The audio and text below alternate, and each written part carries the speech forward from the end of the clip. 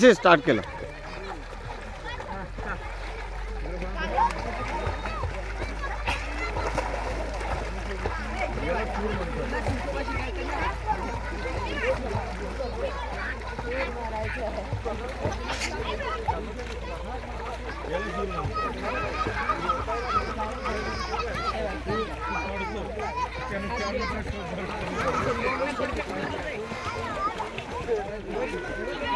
अरे मारणे उडी अरे एवढं पळायला लागलं तेच ना हे नाकाला हलवायचं त्याच्या बरं घेऊन जातो.